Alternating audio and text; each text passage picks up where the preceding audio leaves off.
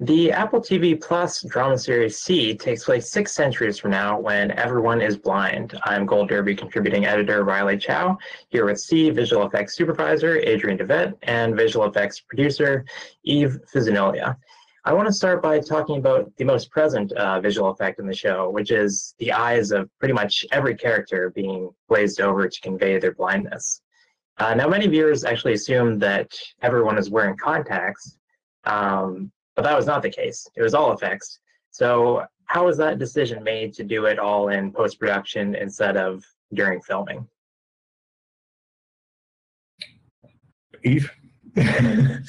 Well, there's a lot of discussion about how to achieve this look. Of course, contacts was discussed, but ultimately we determined that the best way to do this was going to be with visual effects so that we could dial in the look individually for each scene.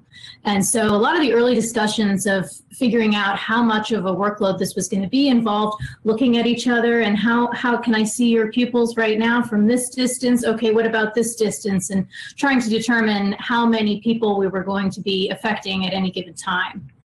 And then it turned out that because we were shooting on the Alexa 65, which is a really high resolution camera, that even if you had a medium shot with 20 or 30 people in, you could always see their pupils. So unfortunately, what it meant was we had thousands upon thousands of eyes to adjust, which made it really hard. Plus the fact that everybody was given a unique look because we preserved the eye color of everybody. So if you had blue eyes, you basically had a blue iris that coated over the pupil. And if you had brown eyes, you had a brown iris that coated over the pupil. And everyone had a different, subtle differences between everybody's characters was kind of reflected in their eyes, really.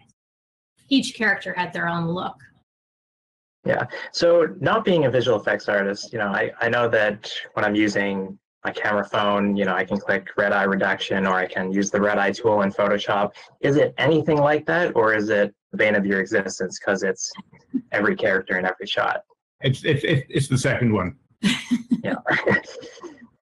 Each person's pupils had to be hand tracked, hand drawn over, and the detail had to be preserved in each one of them. And if it was a close-up shot, a really extreme close-up, we had to basically replace the eyes with a 3D eye because they were moving them, and you could see, there was parallax in the shot, and there was, all sorts of complications when you get really close in.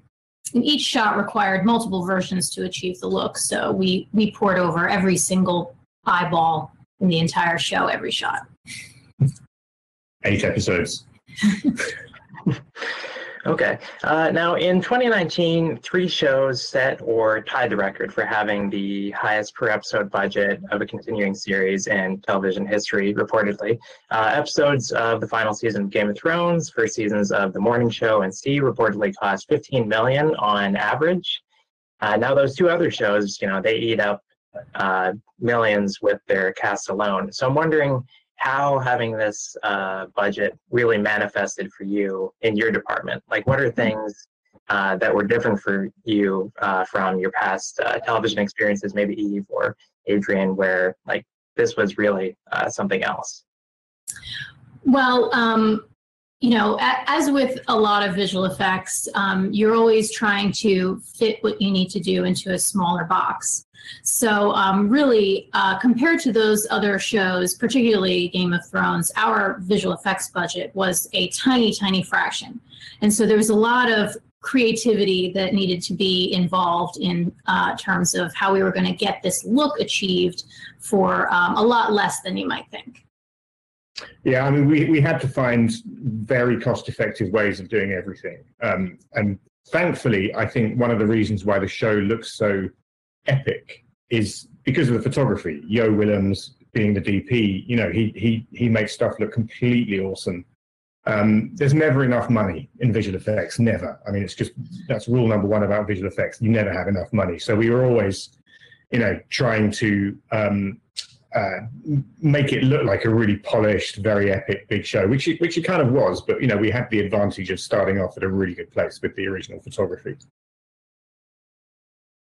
So Eve, you're a visual effects producer. Adrian, you're a visual effects supervisor. So what does that mean in terms of how your responsibilities differ, especially within the context of this show? Well, we're a team, first and foremost. So, a lot of our jobs overlap slightly. I mean, on paper, I'm purely the creative sort of lead in terms of the visual effects on the show. Eve is, on paper, Eve is in charge of the budgets and the schedules.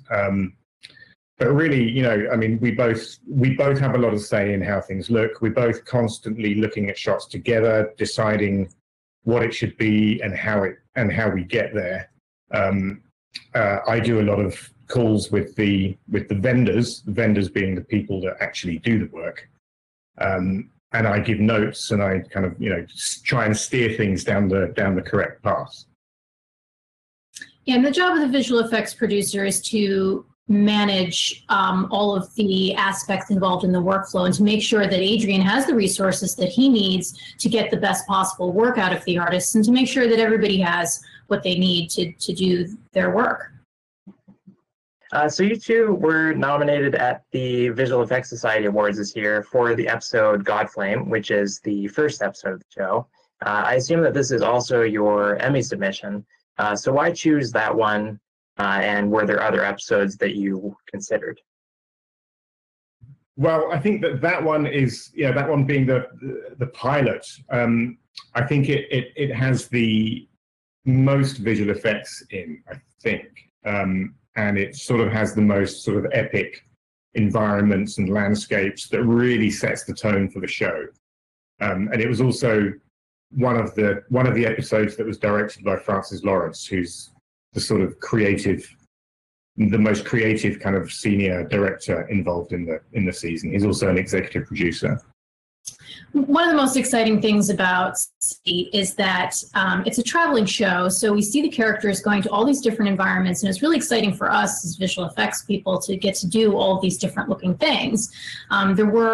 Each episode is really different, and there were a lot of environments that we really liked. We really liked episode 6 when they go down into the underground cave, and there were a lot of really other cool things in other episodes that were really sad that we couldn't include because we have to keep it to one episode. But we decided on episode 1 because it really has the most variety of action sequences, and we worked really, really hard on this episode because it was the first episode, and we really wanted it to be as big and special as possible. Looking at all the reels compiled by various companies that you worked with, I noticed there's a lot of attention paid to the avalanche of rocks in the battle that opens the episode. So can you talk about why that sequence was so monumental? I think it was the hardest. In terms of the actual shot design. It was hard to get it right. It was done brilliantly by Pixamondo, headed up by Matt Welford over there in Vancouver.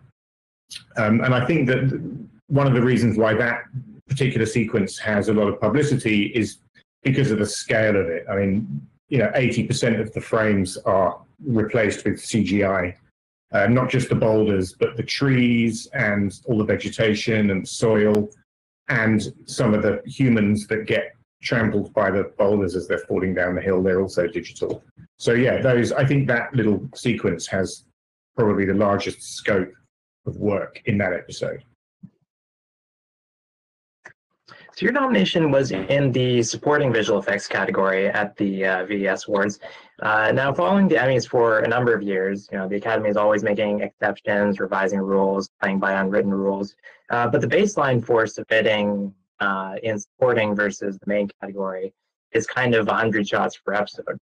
Now, The Man in the High Castle, for example, has 55 on average per episode, but there's a lot of qualitative criteria that forces them into the main category. So your show reportedly has 3,000 visual effect shots in the first season, which means an average of about 375 per episode. So why are you in the supporting category as opposed to the main one? Well, typically supporting visual effects refers to the type of visual effects and how it appears seamless. It should look natural, photoreal, like extensions of real photography, and that it's not the type of effects that necessarily drive the story, but rather support the story. And so the concept of the visual effects in this world should be very real world looking, very seamless and invisible to the naked eye. So that's where the supporting comes in. Once you have some sort of bigger superhero or magic type things that are really driving the story, then that would be main category.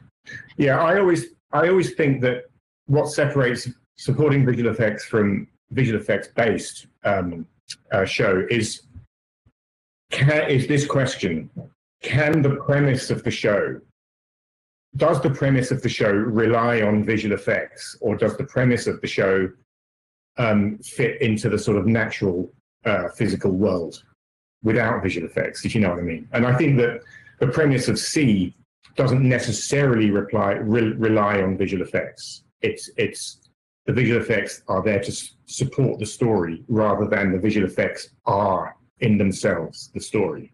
So, for instance, there's no spaceships. There isn't a sort of plethora of mythical creatures that don't exist or have never existed. There's no one flying around on dragons. You know, so that to me, that all says that this is all stuff that could really happen in today's contemporary world or future world or whatever. And it's unusual because it is a sci-fi series. It does take place in the future. So a lot of times people assume that sci-fi, futuristic, that we're going to see a lot of things that are abnormal to us in the real world. But that's what makes this show unique, is that it's really grounded in the real world, but it is futuristic as well. All right, that makes sense.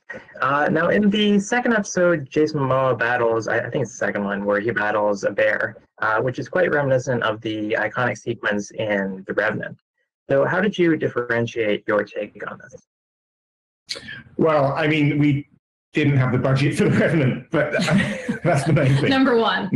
Or time. Yeah, or time. And, you know, it's not like, you know, the idea wasn't that Jason would be, like, actually physically attacked by a bear, because in order for him to survive that would have been stretching it a little bit, I think.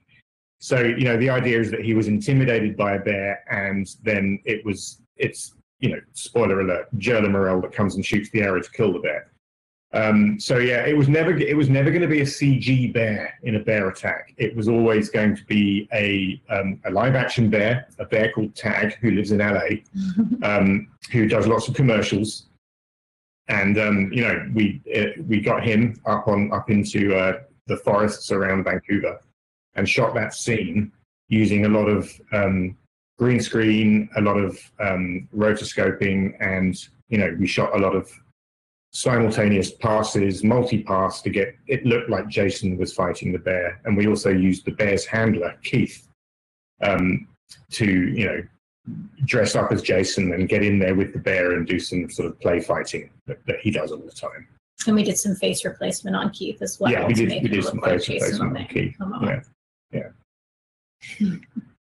Now, I wanted to ask about the festival sequence in the third episode, because I think, to me, maybe that's one of the sequences that looked the most different on set versus in the show, where it's very color processed and it's taking place at night. And with all the tribes coming together, it kind of looks more homogenous, I guess. So can you tell me about really changing the look of that scene and others?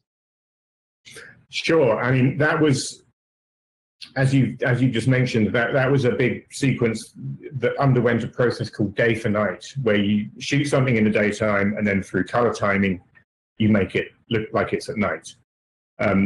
This was particularly challenging in that we had a beautifully clear day when we shot this. It was something like the one clear day out of the group of days that we were up at this location. And in many shots, we had the sun in the blue sky shining right in the lens. So there was a lot of cleanup to do there. There was a lot of, it wasn't just making it darker, it was sort of changing the shadows a little bit. There was a lot of cleanup of bright hot spots on the ground. And there was the taking out of lens flares and turning the sun into the moon on a few shots as well. Plus the fact that in that sequence we had a whole bunch of remnants from the contemporary world to put in terms of CG, which consisted of broken down fairground equipment.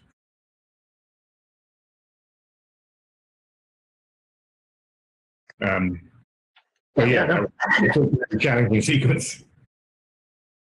Okay, and finally, the first season was shot near Vancouver. The second season is moving near Toronto.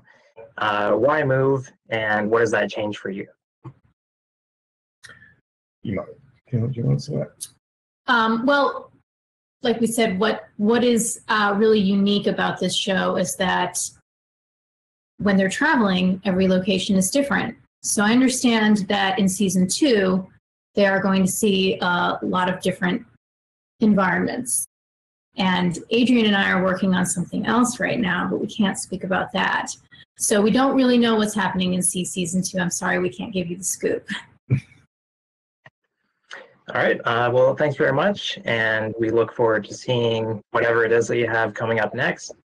And best of luck at the Emmys. To our viewers, you can watch more interviews with Sea People and also make your Emmy predictions on goldderby.com.